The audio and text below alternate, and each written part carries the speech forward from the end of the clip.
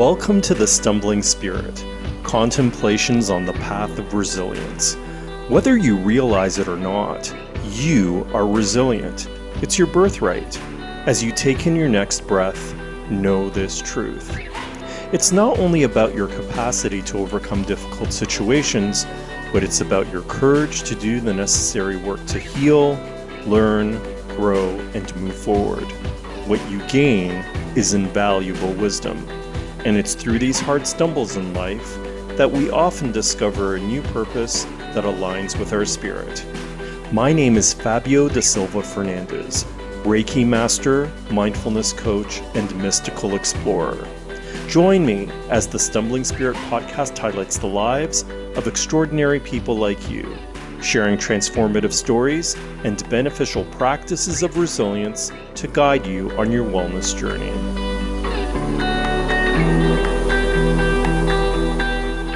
Hello, thank you for joining me for this special retrospective of Season 3 of the Stumbling Spirit podcast.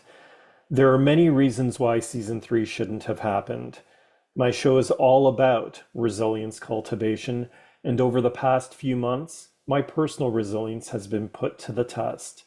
Last fall, I made some tough life choices because of my commitment to my practice, my podcast, and my purpose. So after 18 years, I left my apartment in downtown Toronto to help lower my expenses and grow my business. I sold or gave away most of my belongings and put the rest of it in storage. So ever since December, I've been on the move, doing house sitting gigs for the most part and caring for the most adorable animals. All the while, I've been getting to know different locales and neighborhoods and making new friends. It's been an exciting adventure, but also a challenge. And in the midst of all of this movement, I worked hard to plan and pull off this season, which was no small feat. During this time, I've learned a lot about myself and also about others. One of my personal realizations is that my past experiences in both life and career have definitely prepared me for this moment. The other realization I had is the importance of connection. I'm really fortunate to have had the support of loved ones, friends, and strangers over this period. I think what I value most is their presence, encouragement, and willingness to help. I'm truly grateful. If I'm honest, I had my disappointments too, but I recognized that things unfolded the way they needed to unfold.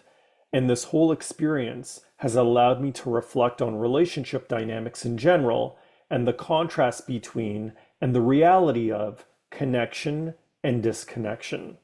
So how do we foster greater connection? In Season 4 of the Stumbling Spirit podcast, I will explore the topic of compassion as an essential ingredient in building not only greater resilience, but humanity in all of us. For now, I will examine the core themes from this year's show in 2 parts. The importance of connection in our lives, to ourselves, others, our history, nature, energy, the cosmos, and life itself, and the tension and oscillation between resilience and survival. How different are they from each other anyway? Special thanks to all of my amazing guests who shared their compelling stories and their expertise on cultivating resilience. Now I ask you to take this moment for yourself and listen in to some of the profound insights from this past season. Part 1. Connection. I just touched upon some of my personal observations around connection and why it's been important to me recently. And there are so many beautiful examples of how humans are using connection to help heal themselves, others, and our planet. This is evident in the numerous conversations I've had with incredible guests who shared their passions and powerful stories, showing how their important work has helped to bridge communities, raise awareness, protect nature, advance science, elevate our vibration, improve our wellness, enhance our curiosity, reveal historical truths, and advance human rights. Conversely, there are political forces that are working against our basic instincts to stay connected. Despite being wired together globally by computers, mobile devices, and social media, disinformation and extremism are trying to keep us apart.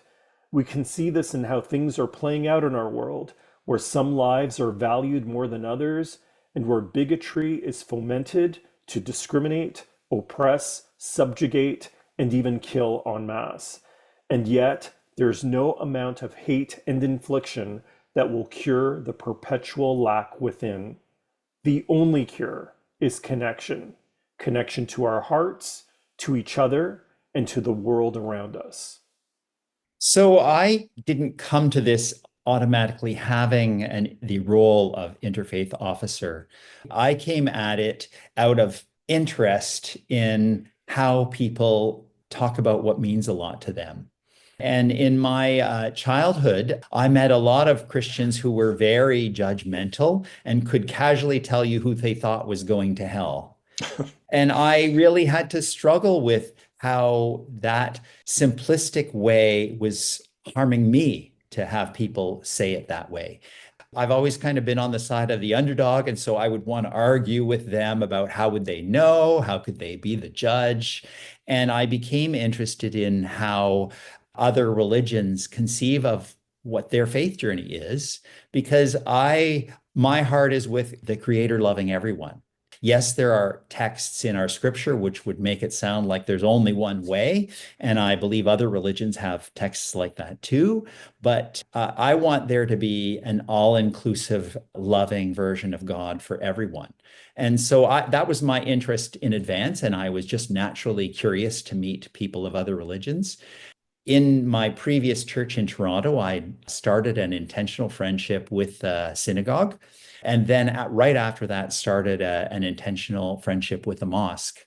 I found that what I wanted to do was bring them together, and that Muslims and Jews, we have a lot in common, but the world's events made it really hard for them to trust each other. And that my hope of bringing them together felt like it was an impossible thing. What ended up happening was world events came in the form of acts of terrorism. And so there was a mosque in Quebec City. There was a synagogue in Pittsburgh. There was another mosque in New Zealand. And then there was a church in Sri Lanka.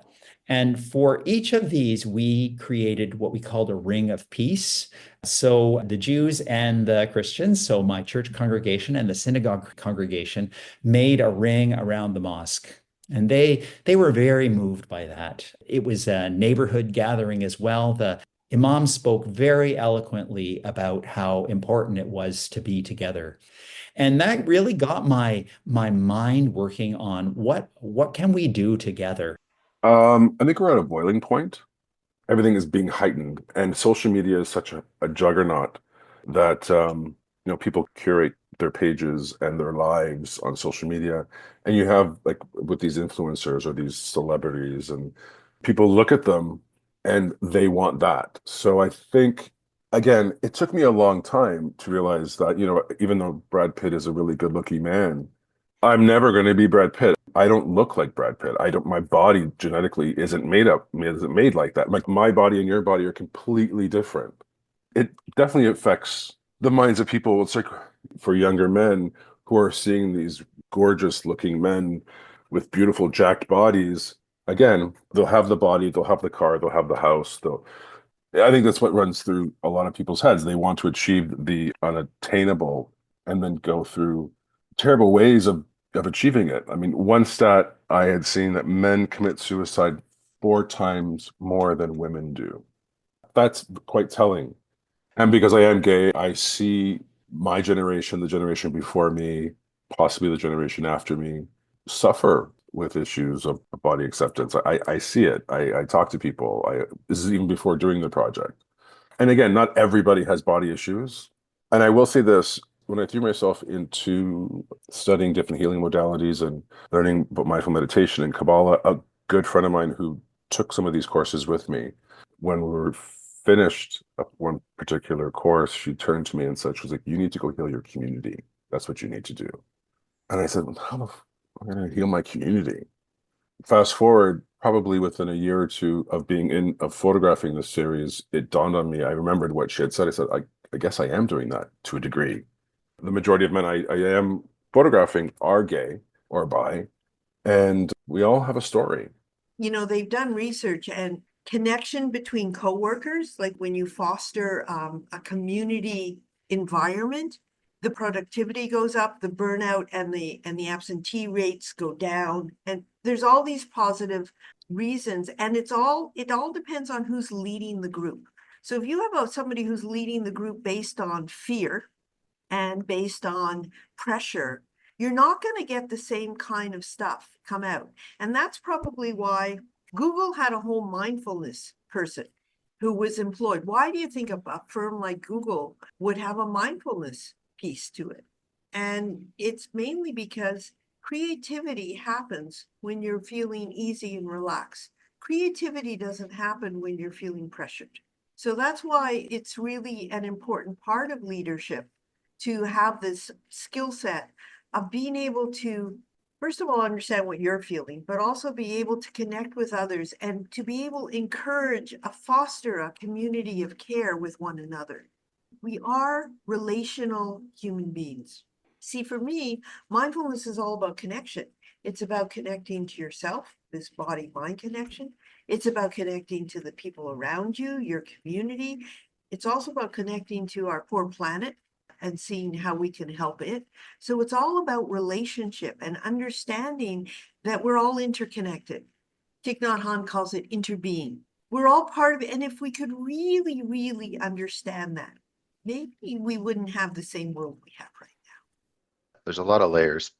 Like, first off, I want to say, I think those scars are not things that hold us back. I think of them as experiences that give me strength to build off of and learn from and grow as a result of. So, I mean, the journeys of healing from this experience, I can now give that advice to others. I can talk to people, like I can, share my experience and help others. But then there's also, the emotional tolls of going through depression, going through, other things in my life that haven't gone the way I wanted. I can now have an authentic connection with other people who are sharing similar struggles and help them. If I'm able to just like honestly connect with people and tell them how I'm feeling, there's people that maybe will feel better about, like, I don't have to say to them, look, here's how to solve a depression, but knowing that I have struggled builds that connection. And then some people maybe open up and start to share their journey. And I think if we all just communicate on a more honest human level, it will create a more trusting and vulnerable relationship. That's what true connection is about. This is where I go back to the freedom part, right? You get the freedom to relate, the freedom to collaborate, the freedom to come up with an idea and bring it out to life. And yes, there's a solo part, but I also try not to like overly fixate on the solo part as doing it alone. I think there's something about being a solopreneur. It's an interesting combination. It's like you can be a solopreneur, but you don't got to do it alone. And oftentimes for the goals that we have as entrepreneurs, 6, 7 figure businesses and beyond, it's not something that one person does all on their own. Even if it's being able to outsource a certain part of the work that they do, we're in it with more than one person. Whether it's collaboration, whether it's working with different contractors and people in the gig economy, whether it's finding different partners, whether it's having affiliates that are bringing traffic to you so that you aren't the only person standing outside and trying to get people to find out about you. I would almost say being a solopreneur doesn't mean that you have to be doing it alone. It doesn't mean that you have to be lonely in it. You can still build a robust business with others and still consider yourself a solopreneur throughout. I think with natural history, sometimes, rarely nowadays, we can see natural history as going back to the mystery of life, in the universe. So this tree is more precious than diamonds in the whole universe. If you think this living being is one of the most precious things that the known universe has at this time and is still there. So it's just unique. And I think when you look at life in the wider perspective of the universe and life in the universe, and then what it means to keep alive for so long with all the laws of biology, with the chances of catastrophes and many things coming through, It's just wonderful in a way. It really means something, and I think when you talk about the natural history of these trees, you go back to really the keys of life, the meaning of life in the cosmos, like in the wider perspective, and the frequencies at which these beings live at millennial frequency. It approaches to cosmic times, like we are not gonna see a comet like in 300 years or in 400 years, and the tree can still see it many times. And the Halley comet, around 70 times probably this tree have seen it passing by. So it's really at cosmic frequencies. It's way beyond what we can experience as humans. I've been so privileged to have had the opportunity to be able to get into the field, to learn the ethical protocol of engaging with humans and not just looking at a little vial of an invisible, liquid that has DNA. And that is why, to me, that vial of DNA is so rich with the history, the challenges of people, the communities. You started asking me questions about climate change and well-being. And it's only when you are in the field and you are working with the people who volunteer to be part of your studies, do you really understand that the sound bite of trying to achieve your scientific goals and ambition is part of a process of respect, knowledge generate, and learning from others. You don't know it all. And when I am in the field, I can't go with my sophisticated computers and PowerPoint presentations, but there's a tree out there that has leaves. And I would say your DNA will be deciphered by me in my laboratory as a leaf on this tree. And this leaf is connected to a twig, to a small branch, which ultimately goes to a bigger branch. And all these big branches converge to this common trunk. That's your journey. And with my toolkit, my process would allow me to identify which leaf you are on. And given all the work we've accumulated, I would be able to tell you your history as to how your leaf came to be positioned where it is. And it's a remarkable way of being able to engage because it's about telling stories, of getting down to the level of the communities among whom you work with. And at the same time, they share with you their oral histories and their narratives as has been passed down to them by their parents, grandparents, and ancestors before. Yes, soul family is really interesting because you would assume that they are only like your relatives, but soul family is everyone who's encountered to you in any lifetime, right? So it could be your coworker, it could be, because they already have an effect on your karma because you made a decision through them or by them. So basically the soul family can include many souls who you had encountered and basically they coming into your life again to going through challenges, to bringing you learnings, or blessings, all kinds of things. So that's how you can imagine. And then the other thing is, which is important for people to understand, that sometimes when we think like someone dies, then, they are on a good place now because they don't have the pain after illnesses or something. So we assume like, oh, okay, now they liberated, they are fine. But we forget that they still have the traumas. They still brought with them their betrayers, their emotional pains is still with them as a soul. So when we're working on ancestral healing, we help them also to heal. And then that actually can reflect back to us as blessings into our life. So it's very complex. When you start your own healing journey, you need to heal all of these layers and you start healing your soul family while you're doing so. All cultures have brought sound into their practice to build community, to build connection. I mean, our heartbeat, the heartbeat we hear as a fetus in the womb, that is the first piece of sound therapy that we have, our mother's heartbeat. So cultures around the world will use drum to bring that closeness, to activate the healing, to bring the togetherness, to bring ceremony through drum, through voice. the two kind of, don't quote me on this, but I would say very early, just musical instruments that have been used across cultures. The prayers we say, the mantras we say, the oral traditions that are passed through different groups. That's all sound. That is all the role of sound in our lives. People don't need to have a collection of 10 singing bowls, for example, to practice sound therapy. Literally going outside and listening to the birds sing, that is sound therapy, because we have evolved so that if we hear the wind rustling, birds chirping, there's no danger. So unconsciously, we are in a more relaxed state. So we can give ourselves sound therapy by just listening to the rustle of the wind.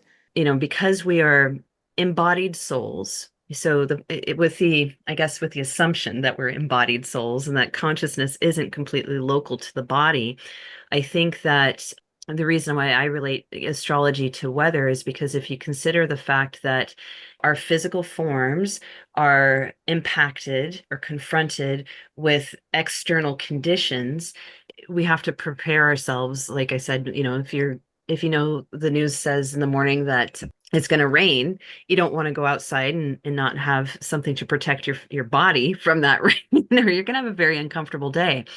And so if we pull back our viewpoint a little bit and kind of look at it from a more detached, I guess, perspective, the planets each have their own vibratory frequency. Everything, and I think it was Tesla. Was it Tesla that said something to the effect, if you want to understand reality, then you have to understand vibration and frequency.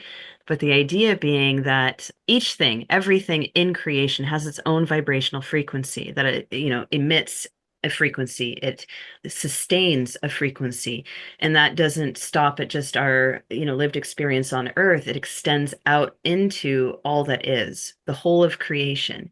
And so everything that we interact with, whether it is another human being or something in our physical environment like a tree or even a car, what have you, will sort of have this impact, for lack of a better term, on us because of the vibration or frequency that it's emitting. And this is, again, not singular to our local experience, but then extends out into our solar system. And so if you consider the fact, like if you've talked to any kindergarten teacher, a nurse, a police officer, someone that works in areas where lots of people congregate, they'll tell you that when you see a full moon cycle occurring, regardless of what sign it's in, people tend to get a little squirrely, and why is this happening? Because the gravity, this is my belief, the gravity is changing all the time and constantly around us. And when we consider the planets as being these entities, if you will, the ancients used to look at them as spirits, or some even looked at them as gods. That force that is exerted upon us at all times doesn't go away. It is in some way provocative of how we interface with our external environment as well as our internal environment. I think right now there's so much that's beyond our control. So it's more like focusing in on, even on an individual level, like what can we do? First, like being kind to yourself, and then meeting yourself where you are with compassion, but also like approaching things and trying to like foster more like empathy through your interactions too, like approaching things with greater curiosity and finding out like, oh, why do they think that way, or what makes them feel that way, what could they be, perspective they're coming from, because we all have different positionality. But then within a community setting, like I think it's really important to have the stories come directly firsthand from the individuals who are experiencing different things. So then it's like firsthand narratives rather than that we're dictating, like, or someone else is dictating the narrative. Like even for like Asian diaspora, like we can't be lumping it as one community. So we want to really like shine light on individual stories and the impact of what individual narratives can have. So I think most of us understand we are made up of mostly energy and fluids, right? So feng shui actually means wind and water. And so what they're talking about is how does wind or water or wind and water impact space and people? So again, if we were picking a place to say build a home, and we're in China, so we're, in North America, we would liken ourselves more to China than India. India has a different version of feng shui called Vastu, and they're more concerned about the water in the south. So China is what we would look at. And the biggest concern is the cold north wind. So if I'm going to build a dwelling, I would want to protect myself from that cold north wind because it would be detrimental on our life. Same with water. I have to have water to live. We have to have access to fresh water. And so when we talk about dowsing, which is connected to feng shui, we are looking for those fresh water lines so that we can sustain ourselves, that we can grow things, that the environment that we're looking at, that there is an energy there to support life. We can't stop as a community, but we also have to listen a bit more. I think as a community, we have gotten to a place where at times we are judging the other that doesn't understand us. And I really feel like we need to create more space for connection with people who are different than us, who may not understand us. And it is when we have those spaces of connection where we lead with shared values. We all believe in human rights, or we all care about each other in our community. We all care about having a welcoming community. Really getting to the core of those pieces of connection with one another. I think that is something that is needed, and it's needed across the board. And sometimes it's really hard to do because it's really hard to sit down against somebody who doesn't believe in your life, your identity, your experiences. But it is important to do so, and I really do think that we are able to change people's hearts and minds if we do that, if we create that space for connection, for community, for welcoming each other. And that means being out in community. We have to build that community. We have to talk to our neighbors. We have to talk to our families. We have to talk to the people who we have some type of connection to because we're in community together, but we may not agree with one another. We may not understand one another. But I don't need you to understand me to respect me or to honor me or to care about me. People didn't really have a lot of choice. Like the government just basically said, we're going to do this and we're going to expropriate your land. My grandfather was very much kind of a community leader. My father followed him in business. And so my family were merchants in the town. And my dad was an only child. I'm an only child. And so I guess what I would say is I grew up feeling very much like I belonged in this town, and I didn't. And so this, I think, was one of the things that led me to want to explore this story fictionally, was to try to make some sense about my experience. Certainly, the thing that made me feel disconnected from the town, aside from the whole experience of it being like a town that didn't belong there in some ways, was that I very early on knew that I was different. It was only in adolescence, I think, that I began to understand that that was gay. But I knew when I was 6 years old that there was something different about me and the way that I looked at the world. Certainly in the 1950s and 60s and early 70s, when I was growing up there, that was not something that was acceptable. It is not something, there were no role models. So you're trying to figure out who you are in a context in which it's not acceptable to be who you are. And I did experience quite a bit of bullying. I think people could tell that I just didn't fit, and people who don't fit become kind of easy targets. So yeah, it was a strange experience of feeling connected and not connected. And I think this is what really led me to want to explore that and how other people in that town undoubtedly felt the same kind of connection and disconnection. I'm certainly absolutely thankful to God that I'm still here, that I'm alive. I have gratitude every moment. I walk outside, I see the blue sky. I look at the blue sky, right? Like I'm like, man, that's a beautiful sky. I walk outside, I look at the grass, and I'm like, green grass, that's amazing. I think about small things like oxygen. Like I think many people don't walk around during the day thinking how wonderful oxygen is. We just kind of take it for granted. I really appreciate oxygen. Like it's so you start paying attention to these small wonders. I'm never going to be in remission. There's not enough people. There's not enough of a population of people who've made it this far and had this outcome. So, and I have a genetic mutation. I have the BRCA1 mutation. So they assume that I am constantly producing these defective cells.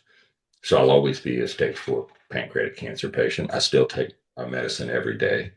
And so I'm doing well. I think a lot of it is just, I still probably not as disciplined as I should be, but I make sure that regularly I am doing the things that will help keep me mentally in the game, right? So whether that's guided imagery or hypnotherapy or acupuncture or Reiki, I've even done the emotion code and the body code and, all these things that I think, for me, the creator gives us these opportunities. And so I'm a big believer that you have to take these opportunities. And if my mental health can be better, then I feel like physically I have a better chance. I'm improving my odds. Curiosity is interesting because when we trust ourselves, we actually can do tough things. And then we can remind ourselves, that it can make us confident. And then it causes us to become more curious. So it becomes like this cycle of trust and curiosity and trust with others as well. I don't know if you knew this, but people who are curious, there's also a study from George Mason University that people who are curious tend to be seen as more trusting, more open-minded. And so it actually ends up resulting in more authentic relationships with people because people actually feel more comfortable with people who are more curious. And so it makes us more interesting, but it also builds that feeling of trust because it's not the fact we're more interesting, it's that we're more interested in other people. That's the part that builds the trust, which is critical. I think that anyone can always start learning or relearning how to breathe properly.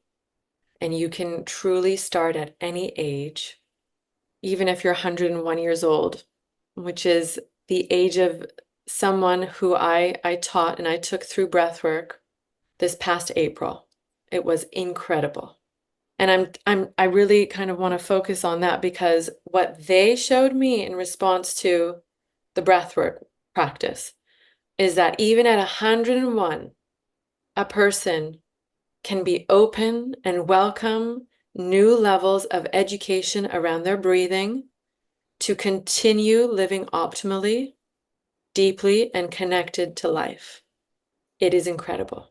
So I often think as well that breathwork is a great practice to start educating in kids for them to understand what this thing is that we engage with all the time and we don't question and is automatic and we kind of take for granted.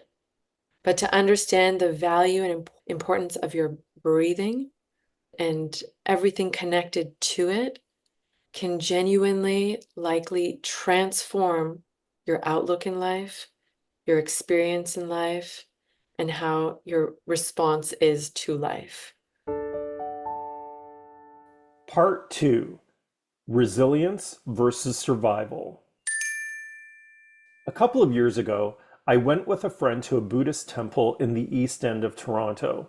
It was a special weekend where, over the course of 3 days, Tibetan monks, dressed in their red robes, meticulously constructed a mandala out of an array of colorful sand.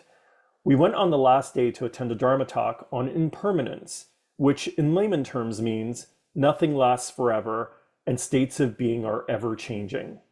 And we witnessed the monks, after having completed their masterpiece, ceremonially destroy their creation.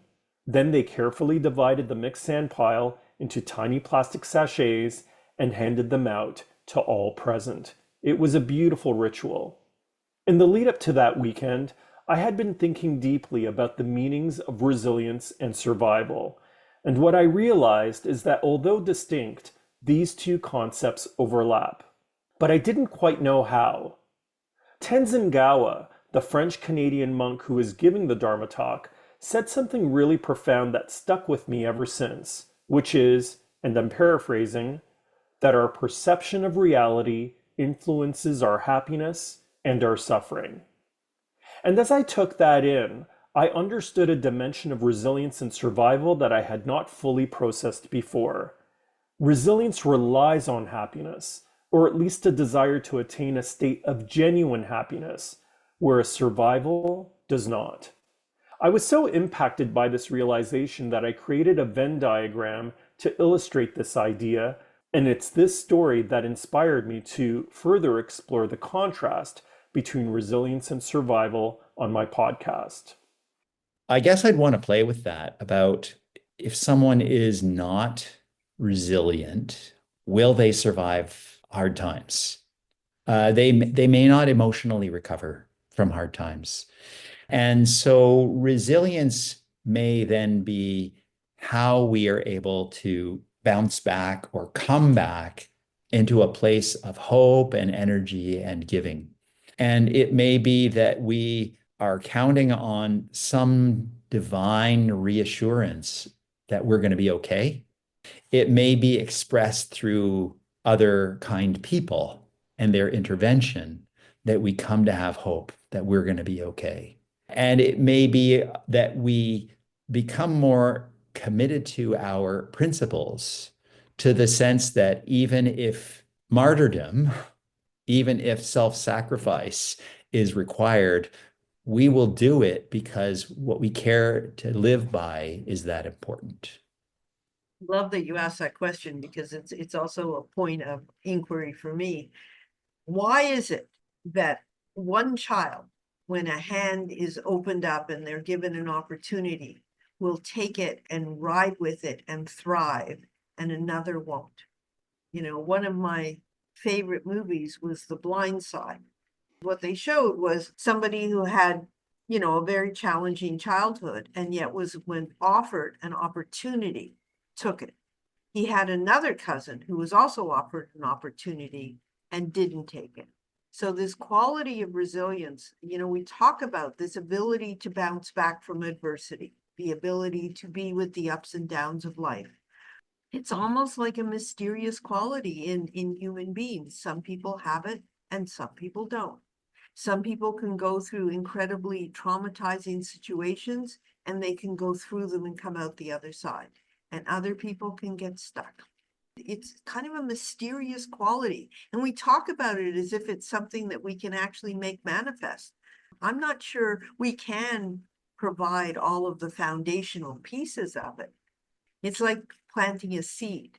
We can have all the best soil and we can water it. We can do all in the best sunlight and everything. Will it grow? But for some reason, the first vision that came to mind was a wolf. A wolf in the wilderness. I don't know why it struck me, but a wolf on its own in fighting to survive is actually doomed. Like, wolves do not survive alone. They cannot. They can try, but the only way to survive is by finding a pack. And, you know, that takes some sacrifice. Like, you can't have every wolf be the alpha wolf. You have to be willing to take a spot. So I don't know. That was the first thought that came to mind.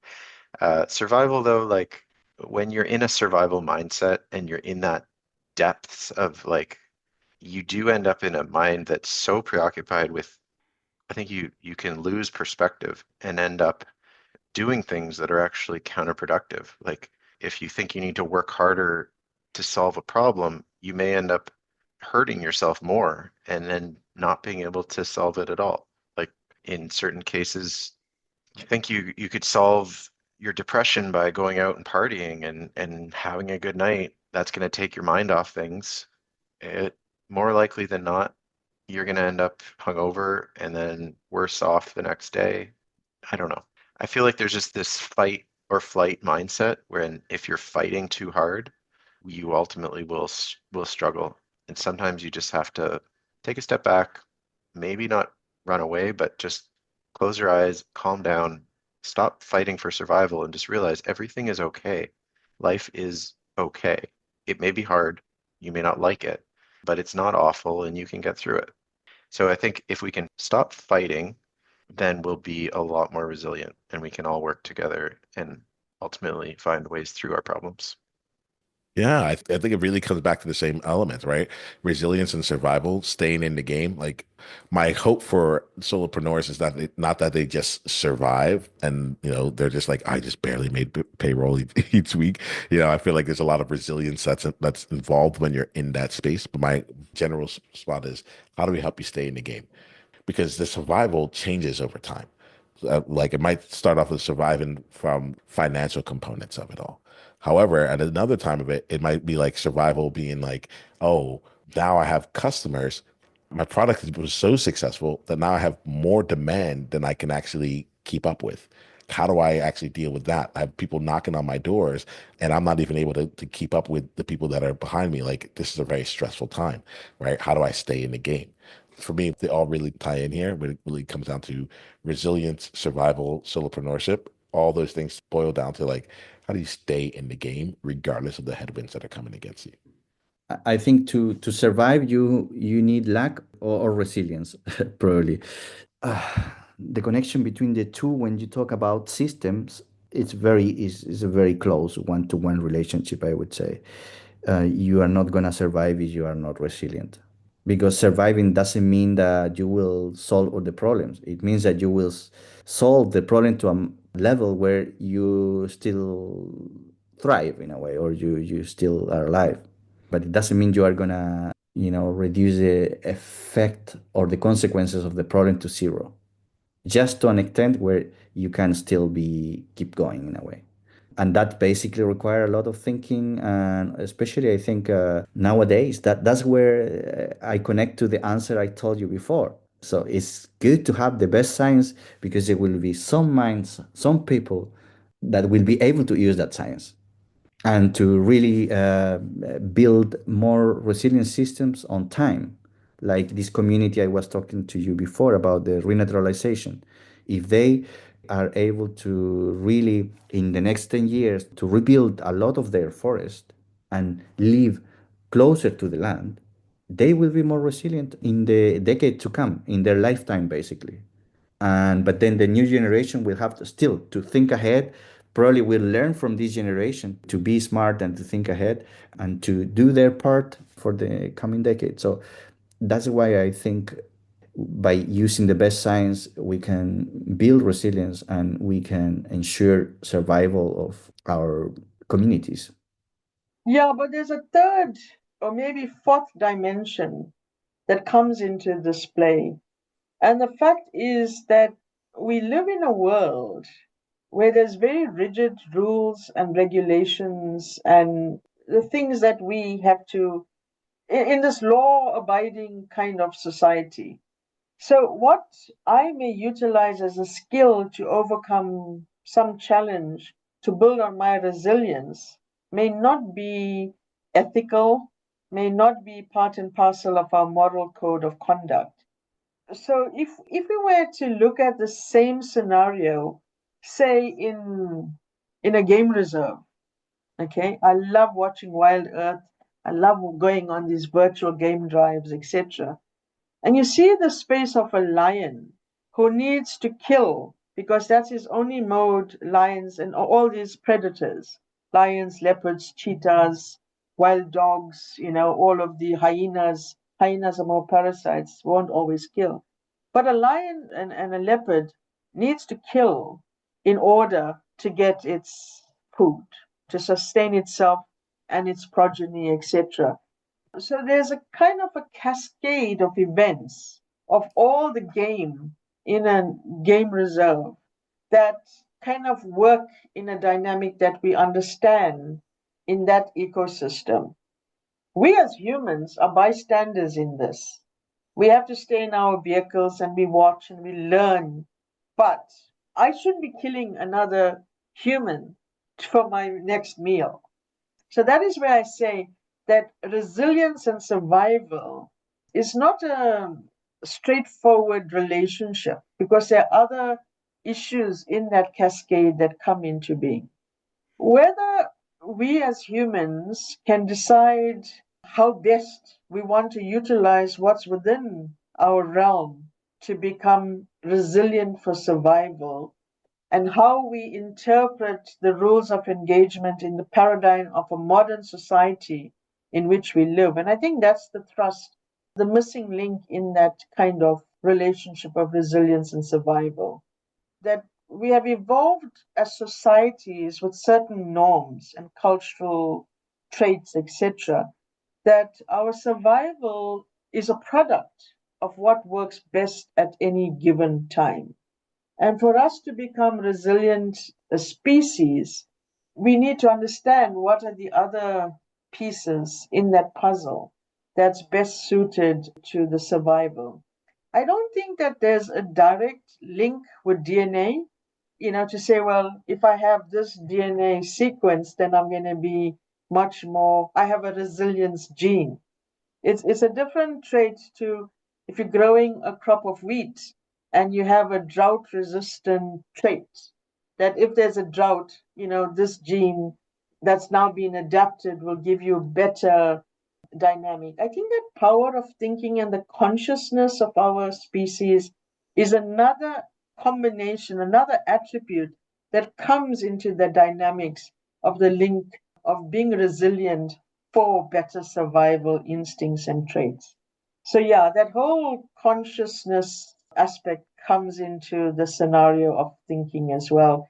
And unfortunately, I'm not so well endowed in that concept of higher thinking at this stage to give you any better answers with respect to that. I would say survival to me feels more that you're in urgency. You are in potential fight or flight. You're in survival. You're in fight or flight. Whereas resilience, you've been able to foster a certain equilibrium of being able to continue to move forward with things within, I guess, the concept of the window of tolerance, like how we respond to stress. The more resilient we are, the more we can stay within a window that the stress doesn't get to one way or to the other way. So we're not raging and we're not also just flat and just burnt out. So that to me is resilience. It's an ongoing process to maintain that balance. So survival, I think it's an imperative that is both mammalian, animalistic, and very human all at once. And I think that survival can be both a very beautiful thing and a very intimidating, sometimes even self-destructive mode of being. I know in my own experience, like survival has been at times to my detriment. Some choices that I've made from the survival space have been to my detriment for sure. But in more conscious times, survival can be things that are a lot more creative and artistic and beautiful. So I think it's something that we need to, as human beings, have a broad definition for what that looks like, and that we should be, again, compassionate and forgiving. Where resilience, I think, as a comparable, it's not just that we will ourselves to survive, but we have the want of something in parity or contrast to the need of something. Is, I think, really kind of hard to make that distinction when it comes to resilience and survival, because resilience, it relies on our need to survive to even exist, but it's also we have to have a want, because on a physical level, we can have all the things that we need, but if emotionally and mentally we feel unsafe or we feel in detriment in some way, shape, or form, then that prerogative to choose between want and need can sometimes become very blurry. So I think that it's important to look at the individual situation. But I know for myself, it's like I want to live, I want to survive in a world, but I don't want to survive at a sustenance level. Equally, I don't feel it's necessary to have more than my share. But in terms of the resilience piece, it's like we choose, there's something beyond the horizon of what we believe to be our limits that we choose to pursue. And I feel like that really is a piece of resilience. And maybe that is the love of your family members or your significant other, or a dream that you want to achieve for yourself. And that resilience really is funded by hope, whereas survival is funded a little bit more like, I don't want to die. You know, I'm not ready to go take a dirt nap or be oxygen challenged. So, you know, but they're I think different sides of the same coin in some respects. I love that, like that you're doing this and that you're having the space for us to chat about it like this. Because I have a lot of thoughts around this in terms of like even systemic resilience, how there's almost a bit of a pressure placed on individuals or groups to be resilient when it's like, what can we ask of our systems and to do better? And that's something I think of all the time that I am studying like education. I work within healthcare and also just the, systems in society that we're existing within. Instead of like having resilience as almost a romanticized survival idea, that like really looking at it as what it is and like looking at the real needs that needs to be put in place for real change. I've been listening to Stumbling Spirit since season 1. And then I think back, like this conversation we're having now, but it reminds me of the episode you did with Connie. Yeah, and the late cancer diagnosis that she had. And then it makes me think of Michelle, who spoke about like end of life care.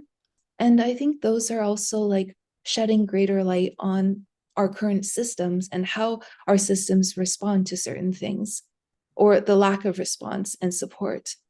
So I would say that the difference between resilience and survival is survival is just something that happens, while as resilience is how you get there. You know, survival is something that can happen. You can survive something without having to put in the effort because other people around you have supported you through it or have created space for you, have created community for you. And it's a lot of work being part of community and putting into community. So don't get me wrong there. But I think resilience is something that we push past what is holding us back, while as survival is more, we got through it. And so we can get through it without having to do the work, depending on what we're getting through. But sometimes you need that resilience to be able to survive, depending on what it is. And so that survival, I think, is important, but resilience is the thing that drives you there. Survival to me, in some ways, feels like the bare minimum. It's the difference between being here and not being here. It's the difference between being able to move forward or being absolutely stuck in a circumstance like addiction or a disease that cannot be healed or whatever. So survival is the ability to go on. But I think resilience is a step further along than just survival. I think it is the ability to make sense of what has happened. I think it is, again, recognizing the inner strength, the inner capacity to do again, because I think people can survive and assume that the reason for their survival has nothing to do with their own capacity. It comes from somewhere else. I think resilience actually looks forward, whereas often survival looks back on the trauma, on whatever it was that happened. I think that we want to do more than just survive. I think we want to make sense of it, to build on it, to grow. Yeah, that's, I guess, the difference that I would see. And I probably have a lot more to say about that if I thought about it some more. So that's a question I'm going to take away with me. That's a really good question. Oh my goodness. I think I'm still trying to figure that out, Fabio. Like really, sometimes I feel like I'm in survival mode most of the time, and I'm looking for resilience, but I'm not so sure I have that one figured out. Yes, I think that for sure, resilience and survival are different. They have various differences, and also they can seem similar in a way. The way that my mind is seeing it for some reason is different parts of the nervous system. And I'm not sure if that's because of my connection to breathwork and my learning around breathwork and its connection to our nervous system. But as soon as you said survival, I thought of the fight, flight, freeze response that, we might give to a perceived threat. And that response is connected to that sympathetic side of the nervous system. And that sympathetic side of the nervous system, if you are engaged in it a lot, it usually means that a person might be shallow breathing. And that doesn't seem like the healthiest state to be in a prolonged kind of way. It's maybe helpful in an acute, very rapid response to a threat, to an actual threat. But I don't believe that it builds the tools in a person for them to create sustained, healthy habits for life-giving experiences moving forward. I feel that resilience almost connects to that parasympathetic side of the nervous system that is grounded and rooted in a more relaxed and present, fully present state to a potential threat or a challenge, and is ready to kind of overcome it while using a deeper skill set in a way, and really kind of more holistically overcome it, and then come out of it continuing to practice healthier habits that are life-giving. Thank you to all of my wonderful guests in Season 3, Gary Vandermeer, Anthony Patrick Manieri, Heidi Bornstein, Anthony Smith, Niyama Ashang, Jonathan Barichevich, Himla Sudyal, Edit B. Kiss, Nicole Manis, Alyssa Reese, Emily Gong, Lee Whiting, Jade Pichette, Michael Saver, Andy Campbell, Lauren Walker, and Jada Dana. As always, thank you, my listeners, both old and new, for tuning in and for your ongoing support.